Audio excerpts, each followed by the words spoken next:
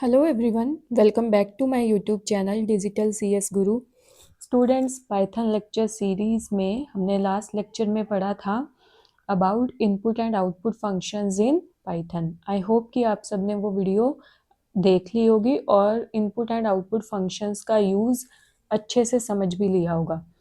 आज के इस वीडियो लेक्चर में स्टूडेंट्स हम बहुत ही इम्पॉर्टेंट टॉपिक पढ़ने वाले हैं, दैट इज़ स्ट्रिंग्स।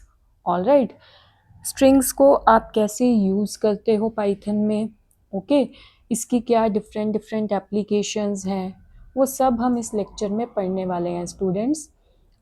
जो स्ट्रिंग्स है, it is a very basic data type in Python.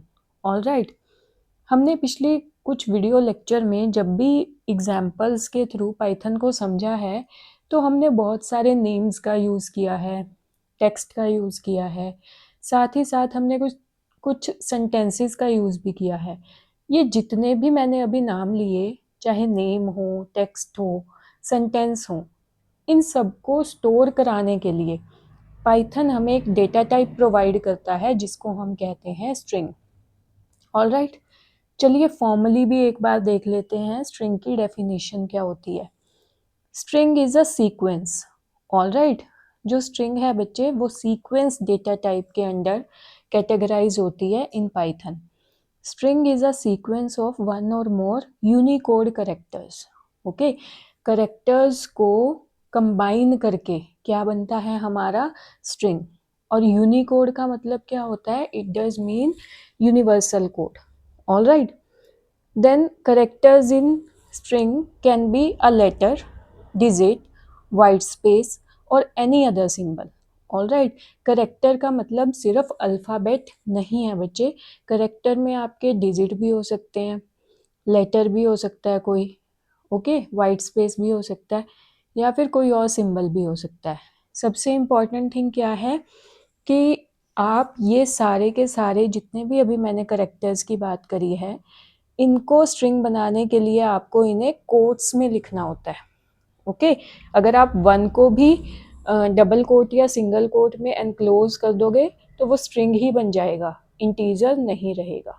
Alright, second जो इम्पोर्टेंट टॉपिक है जो हमें स्ट्रिंग के फीचर्स के बारे में बताएगा, that is characteristic features of string.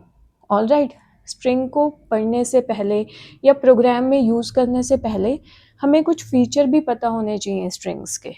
Alright, जो सबसे इम्पॉर्टेंट फीचर है आपका स्ट्रिंग का वो है immutable.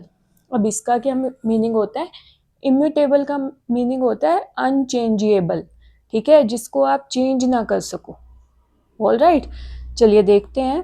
It means once assigned value of string are unchangeable.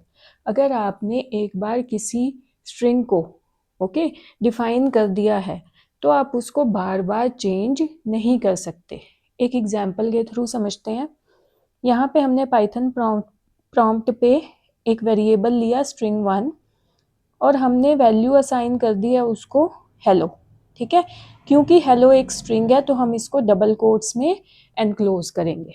Alright, उसके बाद हमने स्ट्रिंग 1 के जो फर्स्ट इंडेक्स पे जो वैल्यू है, ऑलराइट, उसको हम चेंज करना चाह रहे हैं या रिप्लेस करना चाह रहे हैं बाय ए। ऑलराइट, तो जब हम इसको एग्जीक्यूट करेंगे इस स्टेटमेंट को, हमारे पास एरर शो होगी। कौन सी error? Type error. Type error string object does not support item assignment. अब इसमें करना क्या चाह रहे हैं बच्चे? वैसे तो हम इंडेक्सिंग को अभी डिटेल में पढ़ेंगे, फिर भी मैं आपको बता देती हूँ। देखो, जो हेलो आपका ये स्ट्रिंग है, इसकी इंडेक्सिंग कैसे होगी आपकी? 0 1 2 3 4। ओके, तो हम क्या करना चाह रहे हैं, जो स्ट्रिंग में फर्स्ट लोकेशन पे जो भी हमारा लेटर है हम उसको चेंज करना चाह रहे हैं ए से। Alright, it means we want to replace E with A, but Python में ये पॉसिबल नहीं है। आप स्ट्रिंग को ऐसे चेंज नहीं कर सकते अगर आपने एक बार वैल्यू असाइन कर दी है। क्यों नहीं कर सकते? Because strings are immutable. Okay, समझ में आया बच्चे? सेकंड जो इम्पोर्टेंट फीचर है आपका स्ट्रिंग का वो है ordered. Strings are ordered. What does it mean? The order of character remains the same in string when we access it as it was on the time of creation. Okay, जो भी आपका order होगा at the time of creation, okay, जिस भी order में आपका string होगा उसी ऑर्डर में आप उसको एक्सेस भी कर पाओगे। ऐसा नहीं है कि अभी तो वन पोजीशन पे ई है, ठीक है, जब हमने वैल्यू असाइन करी, और जब हम इसको एक्सेस करना चाहें तो यहाँ पे कोई और लेटर या कोई और अल्फ़ाबेट आ जाएगा। ऐसा नहीं है, स्ट्रिंग्स हमेशा ऑर्डर को मेंटेन करते हैं, वैल्यू असाइन करते हुए भी, और जब हमें उस वैल्यू को एक्सेस करना है तब भी आपका ऑर्डर मेंटेन किया जाता है, always in case of strings. Okay, तो आपने हमेशा याद रखना है strings are immutable. What does immutable means? Immutable means unchangeable. And second, strings are order, they always maintain the order. All right, चलिए नेक्स्ट पॉइंट पे मूव ऑन करते हैं। A string can be created by enclosing one or more character in single, double और triple quote. Okay, अब string क्या हो सकता है? कोई एक करेक्टर भी हो सकता है, दो भी हो सकता है, और दो से ज़्यादा भी हो सकते हैं, ठीक है। लेकिन स्ट्रिंग बनता कैसे है? अगर मैं ऐसे सिंपल h लिख दूँ, या ये मैंने हेलो ही लिख दिया कंप्लीट, क्या ये स्ट्रिंग है? नहीं है, ठीक है। जो पाइथन इंटरप्रेटर है आपका या फिर पाइथन शेल है, उसको नहीं पता लगेगा कि ये किस डेटा टाइप से बिलोंग करता है हेलो, ठीक है। बट जैसे ही मैंने हेलो को सिंगल कोट में या फिर डबल कोट में या फिर ट्रिपल कोट में भी, ऑलराइट, जैसे ही मैंने उसको एनक्लोज किया तो पाइथन इंटरप्रेटर को पता लग जाएगा कि इसकी डेटा टाइप क्या है, हेलो की स्ट्रिंग। ओके, तो आप देखो मैंने सारे एग्जाम्पल आपके लिए लिख दिए हैं यहाँ पे। ये सिंगल कोट में है, देन डबल कोट्स। जब आपको ट्रिपल कोट बच्चे यूज़ करने हैं तो आपको ऐसे ट्रिपल कोट्स का यूज़ करना पड़ेगा, इट मीन्स 3 टाइम्स। ओके, चाहे वो डबल कोट्स की फॉर्म में आप करो चाहे सिंगल कोट की फॉर्म में। ओके स्टूडेंट्स, आई होप कि आपको इंटरेस्टिंग लग रहा होगा स्ट्रिंग्स को पढ़ना। अब देखो नेक्स्ट हम देखते हैं स्ट्रिंग्स के बारे में एक fact, that strings can be extended to multiple lines using triple quotes. Okay, अब आप कहोगे मैम आपने वीडियो लेक्चर की स्टार्टिंग में बोला कि जो हम सेंटेंसेस भी यूज़ करते हैं ना वो भी तो स्ट्रिंग होते हैं, बट सेंटेंस में तो मल्टीपल स्ट्रिंग होते हैं। ओके, तो स्ट्रिंग में बच्चे ये भी पाइथन में आपका पॉसिबल है कि आप मल्टीपल लाइंस को भी एक्सटेंड कर सकते हो एज अ स्ट्रिंग, और वो किसकी हेल्प से आप करते हो? ट्रिपल कोट्स की हेल्प से। ये देखो एग्जाम्पल में मैंने 2 स्ट्रिंग्स लिए हैं, मैंने मल्टीपल लाइंस यहाँ पे शो करी हैं, hello word, then welcome to word, I have enclosed it in triple quotes, then I have string 2 hello Python learn Python programming, और इसको भी मैंने एनक्लोज करा है ट्रिपल कोट्स में। देखो फर्स्ट केस में मैंने यूज़ करा है डबल कोट्स जो होते हैं हमारे इन्वर्टेड कोमास, और सेकंड में मैंने सिंगल कोट को यूज़ करा है 3 टाइम्स।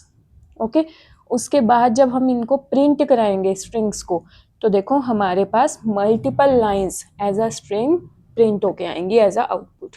तो ये भी एक इम्पॉर्टेंट पॉइंट है आपका जो स्ट्रिंग्स को डिफरेंट बनाता है पाइथन में। ऑलराइट, चलिए एक नोट पढ़ लेते हैं। Python does not have character data type.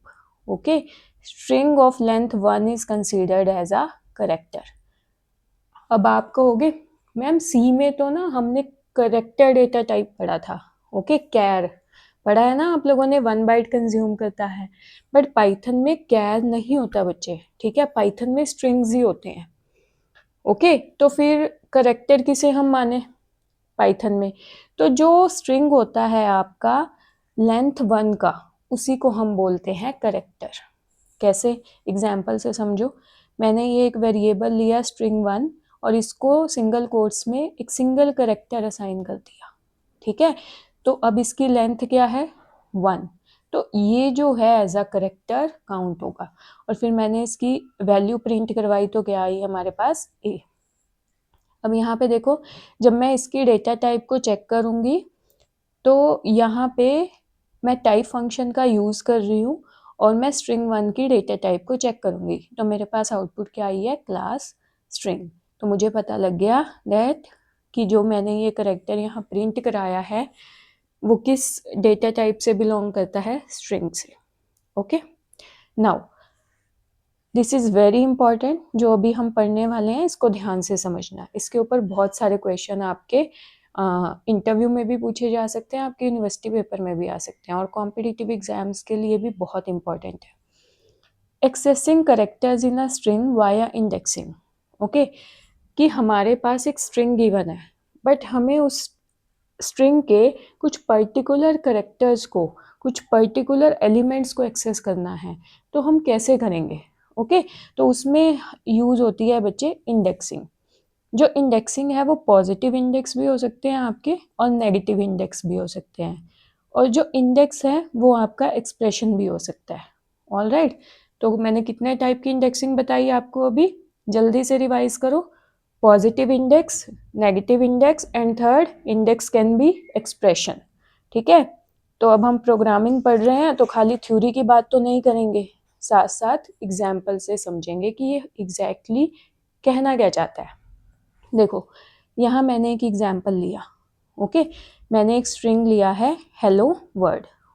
Okay, ये सबसे इजी भी होता है हेलो वर्ड से समझना, और जनरली जब भी हम प्रोग्रामिंग में स्टार्ट करते हैं, आपने जब सी भी पढ़ी होगी तो हेलो वर्ड का ही प्रोग्राम लिखा होगा सबसे पहले। ओके, तो यहाँ भी हम यही एग्जाम्पल लेंगे स्ट्रिंग का।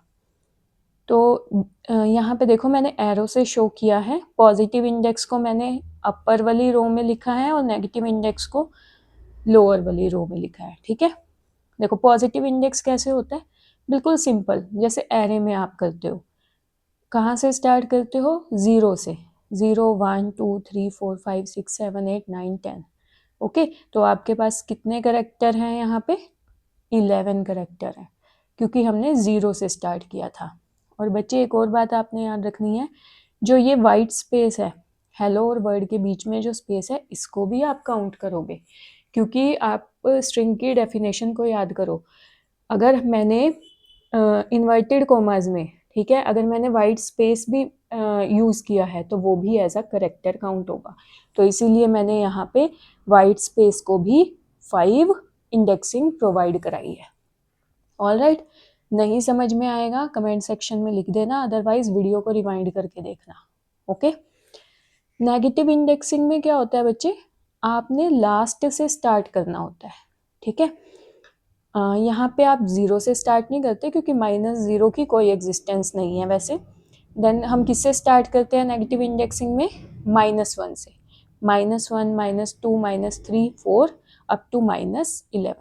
ओके, बस आपने ये ध्यान रखना है, पॉजिटिव इंडेक्स में 0 से स्टार्ट करेंगे, स्टार्टिंग से स्टार्ट करेंगे।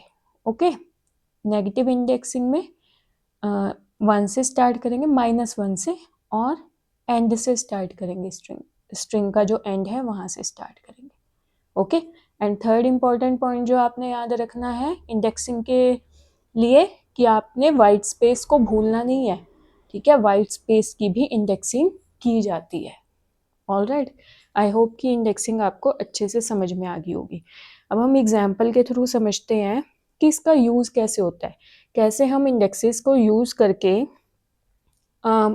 जो हमारा स्ट्रिंग है उसके करेक्टर्स को एक्सेस कर पाएंगे। ओके, इसके लिए मैंने थोड़ा सिंपल एग्जांपल लिया है।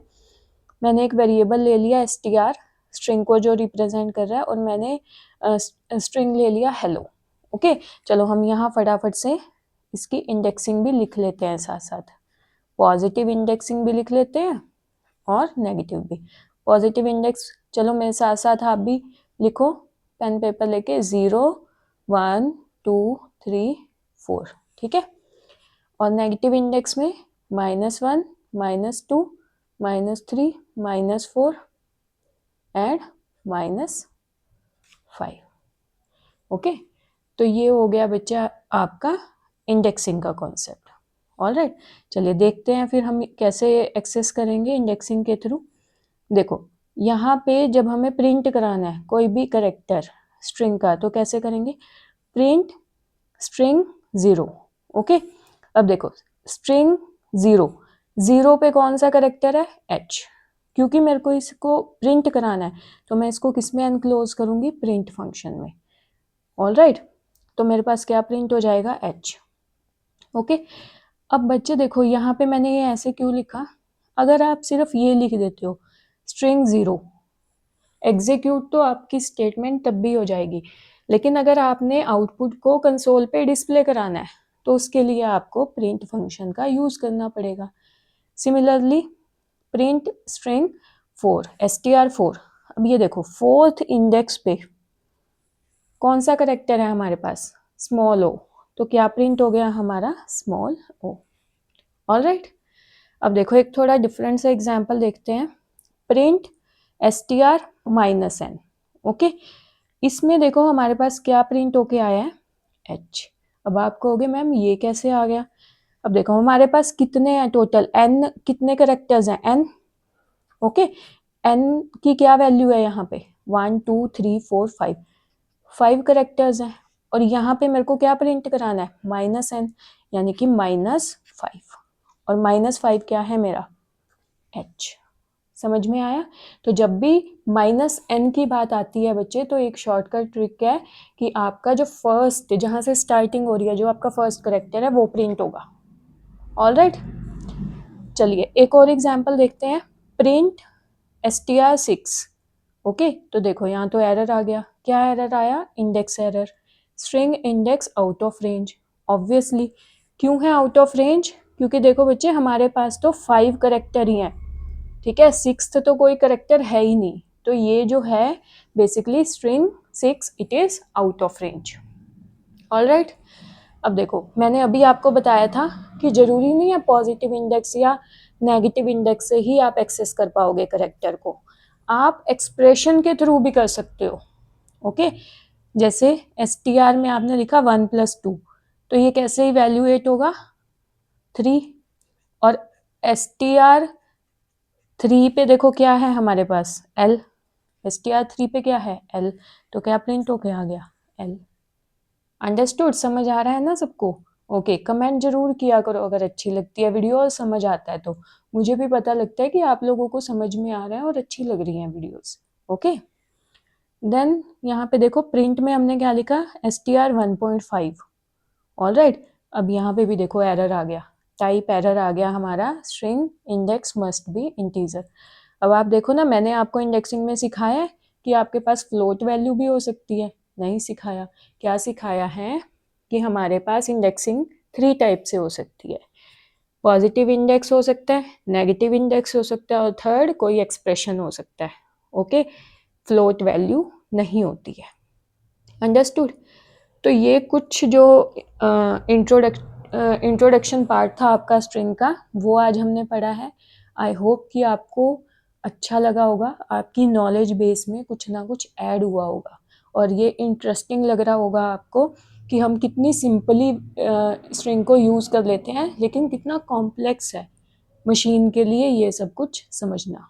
ओके, तो अगर वीडियो अच्छी लगी है बच्चे तो लाइक ज़रूर करना, अपने फ्रेंड्स के साथ शेयर ज़रूर करना, और अगर आप इस चैनल पे न्यू हो तो प्लीज़ चैनल को सब्सक्राइब ज़रूर करना, और बेल आइकन को प्रेस करना मत भूलना, ताकि हर न्यू वीडियो की नोटिफिकेशन टाइम टू टाइम आपको सबसे पहले मिलती रहे। Okay, thank you so much, keep learning with digital CS Guru.